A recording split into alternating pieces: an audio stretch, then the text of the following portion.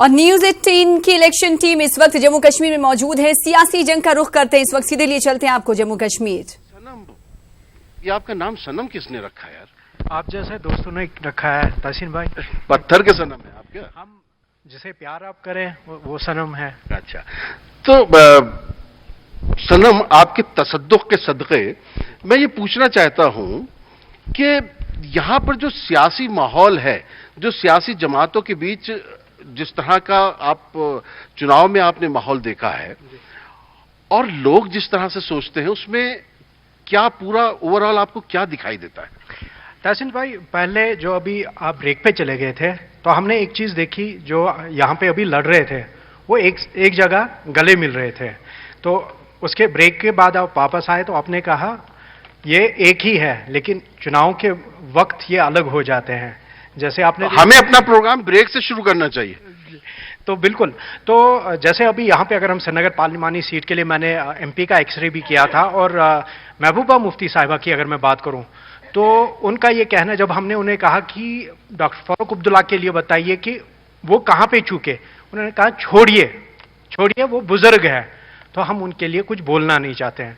Means friendly match सिर्फ कांग्रेस और NC का नहीं था, बल्कि पीडीपी भी कहीं अंदर खाने उनको सपोर्ट कर रहा था कि फारूक साहब के। अच्छी बात है ना, सब एक दूसरे के साथ हैं, वो तो अच्छी बात है, लेकिन यहाँ लोगों के लिए जो मसले मसाइल है वो कहीं सामने नहीं दिखे मेरे को।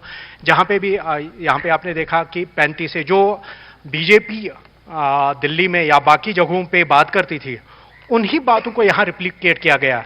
और 35 से की बात करें, 370 की बात करें, तो उमर अब्दुल्ला यहाँ तक चले गए, वो प्री 53 चले गए, हमें तो अपना वजीर आजम वापस चाहिए, और जिस पे काफी शोर शराबा भी हुआ। और ये लोग जो यहाँ पे हमारे सभी लोग हैं जितने भी, तो इन खुद ये कह रहे थे कि होना ये चाहिए था कि ये लोगों के, जैसे जुनैद मुत्तू साहब कह रहे थे कि होना ये चाहिए था कि वो अपना रिपोर्ट कार्ड लेके लोगों के पास जाते, लेकिन कोई भी जमात यहाँ इनमें से ये नहीं कि जो रिपोर्ट कार्ड लेके चली गई हो लोगों के बीच में। बहुत सही बात कह रहे हैं आप, तशरीफ रखें। बुखारी साहब, मैं आपके पास आऊंगा, क्योंकि देखिए पीएमडीपी जो है उसमें 80,000 करोड़ का पैसा है, जिसमें बहुत काम ऐसे हैं जो शायद जमीन पर दिखाई भी दे जाए, लेकिन आप उनकी बात नहीं कर रहे। जैसे हमारी तरफ जो है नोटबंदी की बात नहीं होती, जीएसटी की बात नहीं होती, इस तरह की बात नहीं होती। एक खातून है हमारे दरमियान में, आप अगर खड़े होना चाहें तो खड़े होकर भी बात कर सकती हैं। जी, आपका क्या नाम है? शमीमा मीर। जी, आप क्या कहना चाहेंगी? My question is to my BJP friend. Question is like this कि आपको बताया नहीं, मेरा उर्दू का चैनल है। अच्छा, उर्दू जी। कि ये है मेरा क्वेश्चन कि ये डेमोक्रेटिक कंट्री है, हम डेमोक्रेटिक स्टेट में, by the people, of the people, for the people. So he said that in like 35A and 370 should be abolished. Why? It is not their decision, it's the decision of people. I am sorry to say, ये हमारी decision है, rest comes later, बाकी सारा बाद में, पानी, बिजली, ये हमारी आइडेंटिटी है। First we want to safeguard our identity. हम पानी के बगैर रह सकते हैं, मर सकते हैं, बिजली के बगैर रह सकते हैं, खाने के बगैर रह सकते हैं, सड़कें जैसे हैं वैसे भी, that comes later in the development, but first and foremost is to safeguard our identity, that is 370। ये बिल्कुल वैसे नहीं लग रहा कि जैसे वहां पर कुछ लोग कहते हैं, भक्त लोग जिनका नाम दिया जाता है कि नून रोटी खाएंगे, मोदी जी को जिताएंगे, तो यही कि हमारे लिए यही काफी है, और मतलब बाकी कुछ नहीं। रोटी खाएंगे मोदी जी को, that is secondary. I am saying this come secondary later. Development तो होती ही रहती है, कभी कम होती है, कभी ज्यादा होती है, लेकिन जो हमने, मतलब मैं अपने आप को एक मतलब कांग्रेस वर्कर की हैसियत से पेश करती हूं, बट हमने फर्स्ट एंड फॉरमोस्ट, क्योंकि हमें लोगों की राय लेनी है, लोग क्या चाहते हैं, हमारी राय तो नहीं चलेगी, हमारे लीडर्स की राय वहां लोगों का चलेगा, क्योंकि this is the state of people, of the people, by the people, for the people. So all the leaders should keep it in mind. ये लोगों की decision है, we want to safeguard our 370 and 35A. Right, ma'am. जी, आप कुछ बोलना चाहेंगे? जी। मेरा नाम मुश्ताक अहमद है। मेरा ये सवाल है जहांगीर भाई से कि मोदी जी ने कहा कि हमने 80,000 करोड़ रुपए जम्मू कश्मीर को पैकेज भेजा है, जब से वो गवर्नमेंट में आए हैं वो 80,000 रुपए करोड़ कहाँ गए हैं, जबकि मैंने पिछले दिनों अखबार में ये पढ़ा है कि 6,000 करोड़ रुपए वापस हो गए हैं। क्या उसका ये फर्ज नहीं था कि जम्मू कश्मीर के लोगों को ये पैसा बराबर पहुंचता है, इसमें डेवलपमेंट काम हो रही है या नहीं हो रही है? क्या वो वहां कुर्सी पर बैठ के या यहाँ जम्मू कश्मीर में आके सिर्फ ये ऐलान कर रहा है, पूरे हिंदुस्तान को ये कह रहा है कि मैंने जम्मू कश्मीर के हिंदुस्तान को 80,000 करोड़ रुपया पैकेज दे दिया है? वो आप मुझे बताइए वो कहां पर है, यही मेरा। और गवर्नर सतपाल मलिक साहब तो बारहा जब आए थे नए नए, तब उन्होंने कहा था कि हम इसको स्पीड अप करेंगे, ये जो पीएमडीपी के काम रुके हुए हैं। जी बेटा। It's Mohammad Aqib Rinzusha. I have a question to Mr. Khalid Jahangir. First, I would like to appreciate. सबकी मोहब्बत बीजेपी से इतनी क्यों है? कल कलकत्ता में भी जो थे सब बीजेपी वालों से पूछना चाहते थे, पीएमडीपी भी उनके साथ थी हुकूमत में। नहीं, उनके बहन है, कश्मीरियों पे इतने लगे तो इनके साथ इतनी मोहब्बत क्या नफरत हो चली है। तो मेरा खालिद साहब से क्वेश्चन है, पहले मैं इनको अप्रिशिएट करना चाहूंगा, इन्होंने डायरेक्टली बोला हम 35A और 370 को खत्म करना चाहते हैं, दुगला रोल नहीं किया, बट दैट सेकेंडरी है, उनकी उतनी इनकी औकात नहीं वो 370 को खत्म करेंगे। इनका ही दूसरा क्वेश्चन है, इन पे क्वेश्चन है, इन्होंने open support Srinagar municipal corporation में पीसी को दिया है, इनके 4 काउंसलर्स हैं और इनकी जो टीम भी है पीसी, वो आज बोल रहे हैं कि हम 370 को पूरा सपोर्ट कर रहे हैं। क्या खालिद साहब वो सपोर्ट वापस लेंगे बीजेपी से? जी आप कुछ बोलना चाहेंगे? आप यहाँ के कुछ उसमें भी है क्या, इसमें म्युनिसिपैलिटी वगैरह में भी है? हाँ, नहीं, बेसिकली मेरा सवाल भी बीजेपी से ही है और प्लस पीडीपी से है। ये यहाँ पे लोगों को बस बेवकूफ बनाते हैं, बस डेवलपमेंट की बात नहीं करते हैं। डेवलपमेंट को छुपाने के लिए जो उन्होंने पैतरे किए, बस 80,000 करोड़ 15 लाख भेजेंगे, इनको जो असली मुद्दे जो है वो उससे भटकते हैं, लोगों को गुमराह करते हैं। मेरे को इस बात का जवाब चाहिए पीडीपी और बीजेपी से, या आज एक दूसरे के जो खिलाफ बोलते हैं तब कहां थे जब ये गवर्नमेंट में थे? और खासकर पीडीपी से जब महबूबा मुफ्ती साहबा ने बोला था टॉफी और मिल्क लेने गए थे, जब श्रीनगर जल रहा था, यहां पे लोग मर रहे थे, उस टाइम इनको क्यों नहीं याद आया अपने लोगों का दुख दर्द? उस टाइम कहां थे? और बीजेपी बार बार जो बोलते हैं डेवलपमेंट डेवलपमेंट, कौन सी डेवलपमेंट ने की? हमको सुनहरा दौर बस जो अगर मैंने देखा अपने लाइफ में, बस वो बस गुलाम नबी आजाद साहब का था, जब आजाद साहब चीफ मिनिस्टर थे, जब 2.5 साल में उन्होंने वो प्रोजेक्ट बनाए जो 60 साल में नहीं किया। मेरे को उस बात का जवाब चाहिए। बस ये लोगों को बेवकूफ बनाते हैं और कुछ नहीं है। ठीक है, बस आप थोड़ा सा ऐसे रहिए, मैं अपनी शक्ल देख लूं। जरा आइएगा, जरा करीब, एक चश्मा रखिए, बहुत अच्छा खूबसूरत है। इधर आइए, थोड़ा सा देखिए, ये नजर आ रहा हूं मैं यहाँ से, पूरा क्लोज में जा रहे हैं। हाँ, तो नाजरीन, इस वक्त जो बात हो रही है वो 370 और 35A से आगे बढ़ ही नहीं पा रही है, लेकिन पीडीपी के पास कहने को बहुत होना चाहिए था। देखिए, जैसे आपको हुकूमत का मौका मिला, 80,000 करोड़ पीएमडीपी पर में आए, आपके पास कहने को स्मार्ट सिटी हो सकती थी, आपने जो शहरों को अच्छा बनाया वो हो सकता था। आप अभी देखिए जोजिला टनल के लिए वजीर आजम गए थे, वो है, आपकी 4 लाइन्स हैं, बहुत सारे काम हैं, श्रीनगर शहर में काम हुआ होगा, ऐसा नहीं है, लेकिन आप उसकी बात ना करके 35 और 370 जो उन्होंने फेंका उसे आपने उचक लिया। देखिए, मैं पहले तो एक बहुत अहम बात की तरफ इशारा करूंगा। आपने बड़े लाइटर नोट में कह दिया कि ब्रेक में जो उथल पुथल हुई, मुझे लगता है यही सिंबलिज्म इंपॉर्टेंट है, यही से आपको पता चलेगा कि हुआ क्या है। बीजेपी के अजाइम कश्मीर, हमारे तशख्खुस, हमारे स्पेशल स्टेटस को लेकर आया है। खालिद जहांगीर ने बिल्कुल साफ साफ बोल दिया, इनके मैनिफेस्टो में था। अब हुआ यह था कि जब खालिद जहांगीर साहब यहां आए थे और इनको अंदर घुसना था, मैं पीडीपी का नुमाइंदा होकर इनके सामने खड़ा हो गया था। जब तक मैं यहां खड़ा था मैंने इनको अंदर नहीं घुसने दिया, और जब मैं यहां खड़ा था तो इन्होंने मुझे एक डॉक्यूमेंट पे अंगूठा लगा के दिया था, इनकी सारी लीडरशिप ने, प्राइम मिनिस्टर, अमित शाह, सब ने, और इसको बोलते हैं एजेंडा ऑफ अलायंस।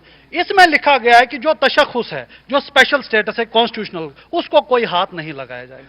तो मुझे इस चीज का बड़ा फख्र है। अब अलायंस नहीं रहा ना, सुनिए ना, मुझे फख्र है कि इनके अजाइम को मैंने यहीं रोक दिया था। मैं यहां खड़ा हो गया था, आगे घुसने की इनकी औकात नहीं थी। ब्रेक हुआ, मैं निकला, अब देखिए कहां पहुंच गए हैं। तो कौम को यह भी समझना चाहिए। अब रहा मसला कि हम डेवलपमेंटल इश्यूज की बात क्यों नहीं करते। देखिए, हम लोग अल्लामा इकबाल के मानने वाले हैं, वो कह के गए थे कि ए ताइर लाहौती, उस रिज्क से मौत अच्छी जिस रिज्क से आती हो परवाज में कोताही। तशख्खुस सबसे पहले, जैसा आपने कहा ना, वहां तो ये नारा होगा कि आधी रोटी खाएंगे, हम बोलते हैं भूखे सो जाएंगे लेकिन सर नहीं झुकाएंगे। डेवलपमेंट होता है, होता रहेगा, वो सेकंड प्रायोरिटी है। सबसे पहले हमारा तशख़्ख़ुस, हमारी कॉन्स्टिट्यूशनल पोजीशन, क्योंकि जम्मू कश्मीर एक वाहिद मुस्लिम मेजॉरिटी स्टेट है पूरे इंडिया, यूनियन ऑफ इंडिया में, जो एक सेक्युलर इंडिया के साथ गई थी कुछ वादों को लेके, कुछ प्रोमिसेस को लेके, जिसमें 370, 35 है, उसकी रूह है। आप उसको छेड़ने की कोशिश करेंगे, जैसा कि मेरे भाई ने पहले ही कहा था, सागर साहब ने, कि हम हिंदुस्तानी हैं, लेकिन उस हिंदुस्तान के हिस्सा हैं जहां हमारा तशख़्ख़ुस माना जाता है। आप उस तशख़्ख़ुस को हाथ लगाइए तो हम अपने आप को हिंदुस्तानी मानने से इनकार कर देते। लेकिन इकबाल साहब ने नहीं, आपकी आवाज नहीं आएगी, माइक नहीं आपके पास। इकबाल साहब ने बहुत अच्छी बात एक ये भी कही थी कि खुदी को कर बुलंद इतना कि हर तकदीर से पहले खुदा बंदे से खुद पूछे, बता तेरी रजा क्या है। देखिए, मैं एक और सवाल उछालना चाहता हूं, क्योंकि 370-35 से बात आगे नहीं बढ़ रही है।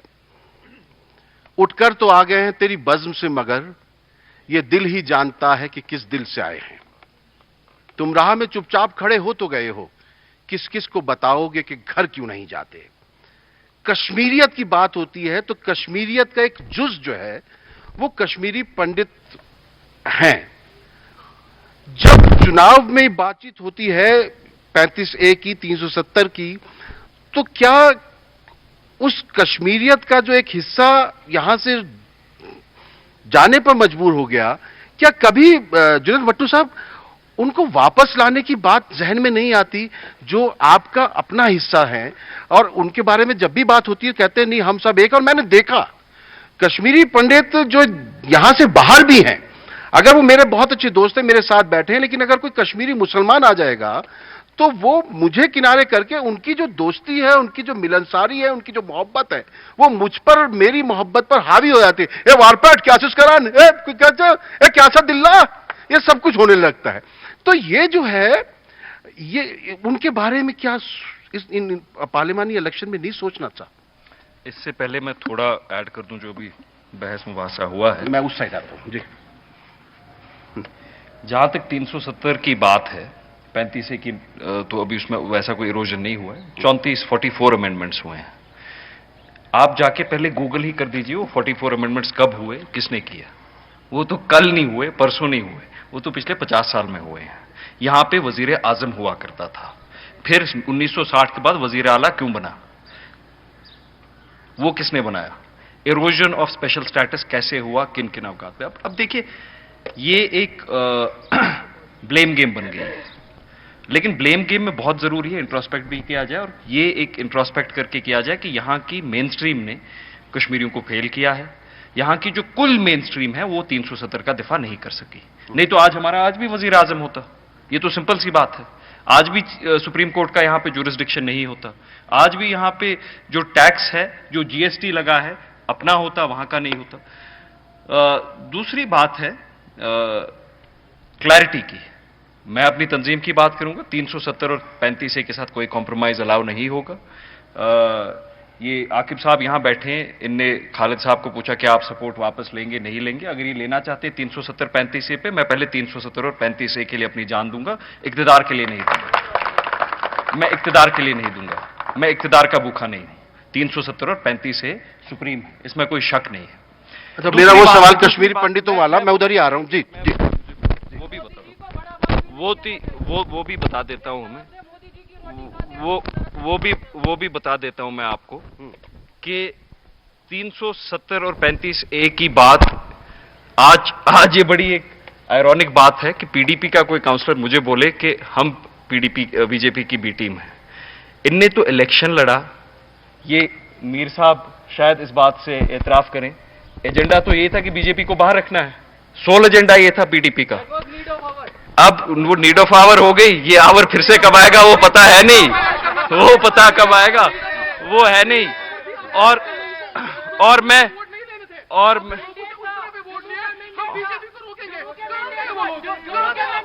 आ रहा हूं जी। आपकी आवाज नहीं जाएगी, आपकी आवाज नहीं आएगी, आपकी आवाज नहीं आएगी, आपकी आवाज नहीं आएगी। आइए इधर आओ, इधर आ जाओ, इधर आ जाओ। आसिफ एक सेकंड। दूसरी बात मैं आपको बोल दूं,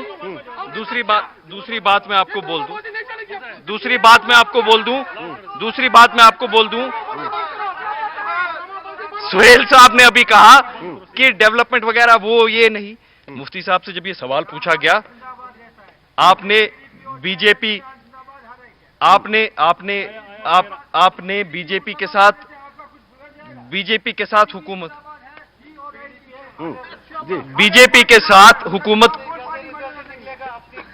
शुभाकांक्षिता करना। नहीं, उधर की आवाज आपने कहा सुहेल साहब ने कि पीडीपी के साथ हमने डेवलपमेंट के लिए नहीं की। जब मुफ्ती साहब को पूछा गया आपने अलायंस क्यों की, क्या मुफ्ती साहब ने ये नहीं कहा, मैं सुहेल साहब से ये सवाल करता हूं, क्या मुफ्ती साहब ये नहीं कहा कि मैंने डेवलपमेंट के लिए की? एक रियासत के लिए बहुत जरूरी है कि इतना बड़ा अजीम लीडर वहां से चुन के आया है, उसके साथ इतने करोड़ हिंदुस्तानी हैं, मैंने इतने करोड़ हिंदुस्तानियों के साथ अलायंस की है और ये मैंने कश्मीर के मुफाद के लिए की है, डेवलपमेंट के लिए की है। खैर वो डेवलपमेंट भी नहीं हुई, तबाही भी मच गई, वो एक दीगर सवाल है। लेकिन ये सब लोगों को धोखा देने की भी एक हद होती है। आप एक दिन बोलते हैं मोदी जी सुपरमैन है, दूसरे दिन आप बोलते हैं कि वही महबूबा जी उनके खिलाफ बयान देती हैं। एक हकीकत है कि पीडीपी की अलायंस थी बीजेपी के साथ, पहली पार्टी बनी, तो ये तो मत आप कम से कम लोगों को बोलिए। नहीं, बिल्कुल सही बात है। अच्छा मट्टू साहब, आप कश्मीरी पंडितों का आपने सवाल पूछा, उसका मैं आपको जवाब दे दूं। कश्मीरी पंडितों का जहां तक सवाल है, कश्मीरी पंडित इंटेग्रल पार्ट है कश्मीरी सोसाइटी के। जब तक वो वापस इज्जत से बावकार नहीं लाए जाते तब तक कश्मीर अधूरा रहेगा। लेकिन फिर से हमने देखा है 40-50 साल में उनसे भी विचारों से वादे किए गए, किसी ने उनके लिए कुछ नहीं किया, किसी सेंट्रल गवर्नमेंट ने कुछ नहीं किया, किसी स्टेट गवर्नमेंट ने कुछ नहीं किया। उनको वापस लाना वक्त की अहमियत है और जरूरत है। आज से 10 साल पहले कोई टाइम फ्रेम तय हो सकता है? सर इतनी देर पहले होगी, टाइम फ्रेम की तो गुंजाइश ही नहीं है। वो अभी तक 10 साल पहले वो प्रोसेस शुरू हो गया होना चाहिए था, लेकिन नहीं हुआ। वो भी उसको भी हम एक एवोकेटिव इशू की तरह ट्रीट करते हैं। चुनाव के टाइम बोलते हैं, फिर 5-6 साल भूल जाते हैं, और उन पे जो अजायम हुए हैं, जो स्ट्रगल वो रोजमर्रा की जिंदगी में करते हैं, उसको समझने की जरूरत है। तभी हम जाके एक पॉलिटिकल विल बना सकेंगे कि उनको यहाँ पे इज्जत के साथ अपने घरों में वापस लाया जाए। अच्छा मट्टू साहब, आप कुछ अरसे नेशनल कॉन्फ्रेंस के साथ भी रहे क्या? जी। कैसा रहा वहां का जब उस दौरान आप वहां थे? तो देखिए, सियासत में जब इख्तिलाफ हुए तो मैंने नेशनल कॉन्फ्रेंस से मैं दरकिनार हुआ। मेरी सियासत ये ऐसी गाली गलोच वाली सियासत नहीं है, मैं उठ के यहाँ पे बोल दूं, उसको ये बोल दूं, इसको ये बोल दूं। यहाँ पे नेशनल कॉन्फ्रेंस की तरफ से सलमान सागर साहब हैं, उनके यूथ प्रेसिडेंट हैं, यूथ लीडर हैं, उनकी सोच को वो यहाँ पे रिप्रेजेंट कर रहे हैं, मैं पीपल्स कॉन्फ्रेंस की सोच को। इसका मतलब ये नहीं है कि कोई खाना जंगी है, जाति लड़ाई है, हम यहाँ पे बस शो के बाद तलवारें निकाल के एक दूसरे को मार दें। Politics is a battle of ideologies. यही होना भी चाहिए। खालिद जहांगीर साहब, मैं हिलाल शाह साहब से बात करूंगा, लेकिन आपसे बड़ी मोहब्बतें हैं लोगों को और सब आपसे बहुत जवाब चाहते हैं, जबकि वादी कश्मीर में आपका इतना ज्यादा दखल मुझे दिखाई नहीं देता है। देखिए, जहाँ तक मेरे भाइयों का सवाल है कि इनको मेरे से बड़ा अच्छा एक रिलेशन है, लेकिन इसकी एक वजह है, इनको अगर गुस्सा है, ये गुस्सा हमारी मेन स्ट्रीम लीडरों के ऊपर है। ये सच क्यों नहीं बोलते लोगों को कि हमने बीजेपी के साथ एफिलिएट किया? बीजेपी एक नेशनल पार्टी है, आप मानो या ना मानो। हिंदुस्तान के लोगों ने बीजेपी को अक्सरत से जिताया। आने वाले दिन में भी मोदी जी वापस प्राइम मिनिस्टर आएंगे। ये हम कश्मीरी लीडर किसी भी पार्टी के साथ क्यों नहीं हो, ये क्यों नहीं हमने अपने लोगों को बोलते ये जी हिंदुस्तान की पार्टी है, हमने हिंदुस्तान के साथ इखलाक किया है 47 में, उस टाइम कांग्रेस ही, आज बीजेपी है। इसमें क्या मतलब, कश्मीरियों को क्यों झूठ बोलते हैं ये लोग? बीजेपी क्या है, मैं भी कश्मीरी हूं ना, ये भी एक पॉलिटिकल पार्टी है, कांग्रेस भी। तो बीजेपी जो है उसके दिल में कश्मीरियों का दर्द है। अब सुहेल साहब ने बताया, जैसे सुहेल साहब ने बताया कि एजेंडा ऑफ अलायंस, देखो यार, आपने लोगों को झूठ नहीं बोलना चाहिए। एजेंडा अलायंस चलता रहता, कौन मानता है एजेंडा अलायंस को? हमने मैंने तो कभी पढ़ा नहीं है। आप सुनो जी, एक मिनट आता हूं। सुहेल साहब मैं आऊंगा आपके पास, सुहेल साहब मैं आऊंगा। आप कह रहे हैं कि एजेंडा ऑफ अलायंस, ये जो कुछ किए जाते हैं वादे, सब वही तो सब कहते हैं कि जुमला है सब। मैं बताया ना, अल्लाह ताला की कसम, अल्लाह ताला की कसम, अगर मैंने एजेंडा अलायंस की किताब भी देखी कहीं पे, अभी तो दिखाई उन्होंने, किधर? वो खुद ही प्रिंट की होगी, बोलो प्रिंट किसने की? सर सुनिए, अगर बीजेपी ने प्रिंट की रसीद दिखाऊंगा, बोलो किसने प्रिंट की? अच्छा, एजेंडा ऑफ अलायंस नाम की कोई चीज नहीं है। जी जी जी, जरूरी बात है। सुनिए, इन्होंने इसलिए नहीं देखी क्योंकि लगता है पार्टी की लेवल पे इनका ज्यादा सुनिए अमल दखल है नहीं। अदरवाइज जब ये एजेंडा ऑफ अलायंस रिलीज किया गया था ये बीजेपी की वेबसाइट पे अवेलेबल था। और सुनिए एक और चीज सुनिए, एक और चीज, जब ये झूठ बोलेंगे तब हम आगे आएंगे। जब ये झूठ बोलेंगे तब हम आगे आएंगे। और अब अगर ये जुमले ऐसे बोलते हैं, इससे आवाम अंदाजा लगा ले कि जो वादे करते हैं, जो मैनिफेस्टो लिखते हैं, उस पे कितना अमल किया जाए, उस पे कितना भरोसा किया जाए। लेकिन सुहेल साहब, ज्यादा देर दूरी आपसे बर्दाश्त नहीं हुई इनकी। आप किसी बहाने से आई गए गले में हाथ डाल दें। इतना ही, अब हो गया जी। हिलाल शाह साहब, इतनी सब बातें हो रही थी, जो जुनेद मट्टू साहब से भी बात हुई। जी जी, चाहूंगा मुजफ्फर बेग साहब इनके बड़े कदावर लीडर हैं, पार्टी के वाइस प्रेसिडेंट हैं। उन्हीं ने कहा कि एजेंडा ऑफ अलायंस, वल्लाह इस पे कोई दस्तक नहीं है, कोई इस पे स्टैंप नहीं है, हमने ये एक्सेप्ट नहीं। मैं मुझे नहीं पता वो झूठ बोल रहे हैं। नहीं, वैसे अगर सुहेल बुखारी साहब, अगर दस्तखत है तो आवाम को दिखा दिए जाए। हाँ, उसमें क्या है, मतलब हर तरह के दस्तावेज नेशनल म्यूजियम में मौजूद है, तो ये भी आ जाएगा, उसमें क्या है। बहुत अहम सवाल उठाया गया है और वंस फॉर ऑल इस डिबेट को सॉल्व कर देते हैं। ये एजेंडा ऑफ अलायंस रिलीज किया गया, सरकार जिस दिन बनी उस प्रेस कॉन्फ्रेंस में, अरे सुनिए, रुकिए, अरे चुप कीजिए ना, सुनिए, ये उस समय रिलीज किया गया जब चीफ मिनिस्टर मुफ्ती मोहम्मद सईद कुर्सी पे थे, उनके बगल में, अरे चुप कर, अरे सुनिए, एजेंडा ऑफ अलायंस रिलीज किया गया प्रेस कॉन्फ्रेंस में, जहां पे जो चीफ मिनिस्टर मुफ्ती मोहम्मद सईद बैठे थे, उनके साइड में deputy chief minister doctor Nirmal Singh थे। दोनों ने मिला के उसको रिलीज किया गया। साथ ही ये एजेंडा ऑफ अलायंस आपको बीजेपी की वेबसाइट पे मिलेगा और इस एजेंडा ऑफ अलायंस की कमिटमेंट्स को पूरा करने, ठीक है, पूरा करने की बात अरुण जेटली ने पार्लियामेंट के फ्लोर पे की है। तो सीधे तौर पर आपको दिखा रहे सियासी जंग, जो कि आज इलेक्शन की टीम न्यूज़ 18 उर्दू की मौजूद है रियासत जम्मू कश्मीर में, जहां से सियासी जंग में तब्दील होते हुए दिखाई दे रहा था। तमाम लीडर्स एक दूसरे से तल्ख कलामी करते हुए दिखाई दे रहे थे। ये काफिला जम्मू कश्मीर में मौजूद है इलेक्शन टीम का। इससे पहले अगर बात कर लें तो मगरबी बंगाल के कोलकाता में मौजूद था इलेक्शन टीम न्यूज़ 18 उर्दू का, और आज जम्मू कश्मीर से सीधे तौर पर आप लाइव देख रहे थे। फिलहाल इसी के साथ मुझे दीजिए इजाजत। आदाब।